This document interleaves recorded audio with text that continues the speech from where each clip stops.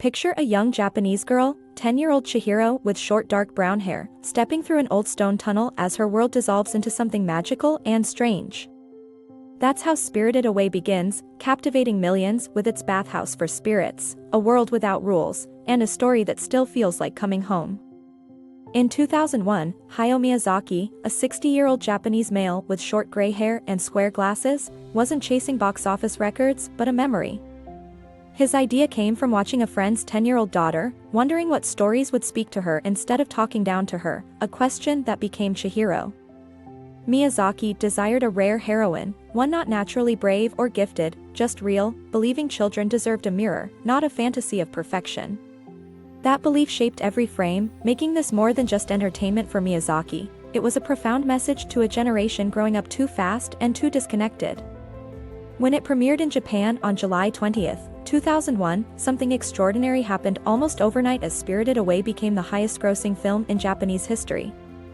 It dramatically outpaced Hollywood blockbusters, as audiences rediscovered forgotten wonder, understanding that true wonder doesn't need explaining, it simply needs to be genuinely felt.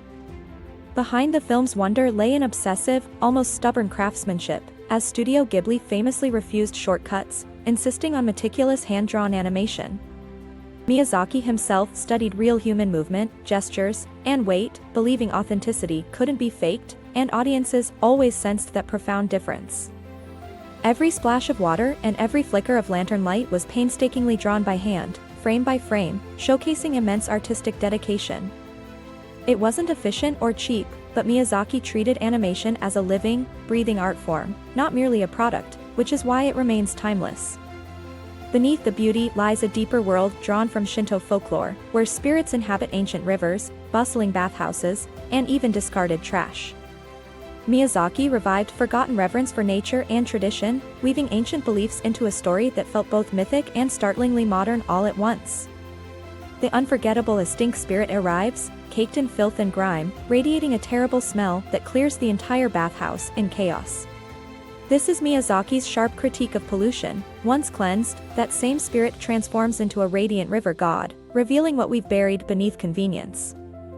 This transformation mirrors the film's soul, for nothing in this magical world stays as it first appears, constantly changing and evolving. Consumerism, greed, and identity are interrogated through spirits, gold, and gluttony, as Miyazaki uses folklore as a mirror held up to modern society. Chihiro's journey becomes the emotional heartbeat of everything. She arrives sulking, frightened, clinging to her parents, a completely ordinary child dropped into chaos. Stripped of her name, forced to work, survive, and grow, she slowly becomes someone unrecognizable from where she started her extraordinary transformation. Her transformation isn't loud or dramatic, it's earned through small, quiet moments of courage as she learns to work, empathize, and forgive. She even learns to love something as strange as Haku, a dragon boy. Miyazaki never rushes this growth, letting it unfold gently. By the film's end, a transformed 10-year-old Chihiro walks back through that familiar tunnel, though the external world around her looks exactly the same. That contrast is the quiet genius, showing that the most profound transformations happen invisibly, inside us, while everything external patiently waits for us. On March 23, 2003, that deeply personal, hand-drawn story achieved something unprecedented, winning the Academy Award for Best Animated Feature.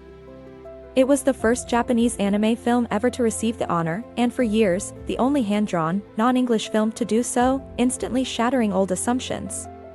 That Oscar wasn't just a trophy, it was profound validation for an entire art form, long dismissed by Western audiences as niche or childish entertainment.